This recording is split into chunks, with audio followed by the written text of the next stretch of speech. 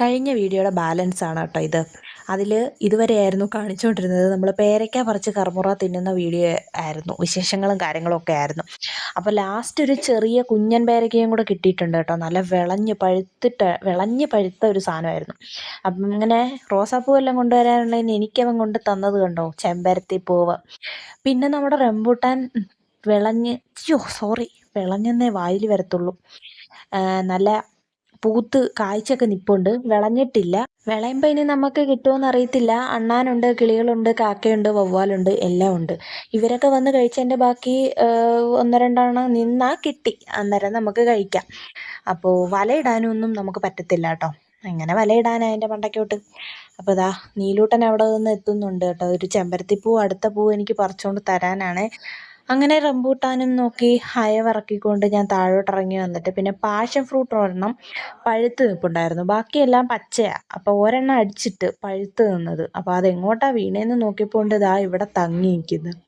അതിപ്പോൾ കഴിച്ചില്ല കേട്ടോ. അത് പിന്നീട് കഴിക്കാമെന്ന് വിചാരിച്ചിട്ട് ഞാൻ അടുക്കള കൊണ്ടുവന്ന് വെച്ചോട്ടോ. രാത്രിയിൽ എടുത്ത് പഞ്ചസാര ഇട്ട് കഴിക്കാൻ നല്ല ടേസ്റ്റാണ് അത്.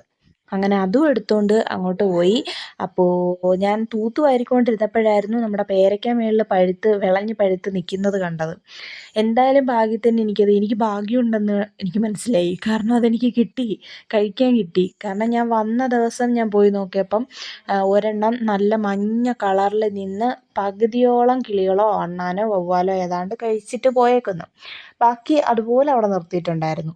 അപ്പോൾ രണ്ടെണ്ണം വിളഞ്ഞിട്ടില്ലായിരുന്നു. അപ്പോൾ ഇന്ന് നോക്കിയപ്പോൾ ആ രണ്ടെണ്ണം വിളഞ്ഞ് നിൽക്കുന്നു. അങ്ങനെ എന്തായാലും എനിക്ക് കിട്ടി. പിന്നെ എന്നെ സഹായിക്കുവാണ് കേട്ടോ നീലൂട്ടൻ.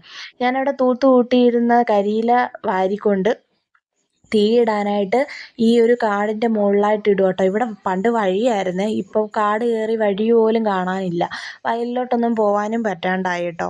അപ്പോൾ അവിടെ അമ്മ പറഞ്ഞു അവിടെ അങ്ങ് തീയിട്ട് കഴിഞ്ഞാൽ നമുക്ക് ആ കാടങ്ങ് മാറ്റിയെടുക്കാൻ പറ്റുമെന്ന്. അപ്പോൾ എനിക്ക് വീഡിയോ എടുത്ത് തരുന്നത് നീലൂട്ടനാട്ടോ. അതാണ് ഈ വിറയലും കാര്യങ്ങളും ഒക്കെ.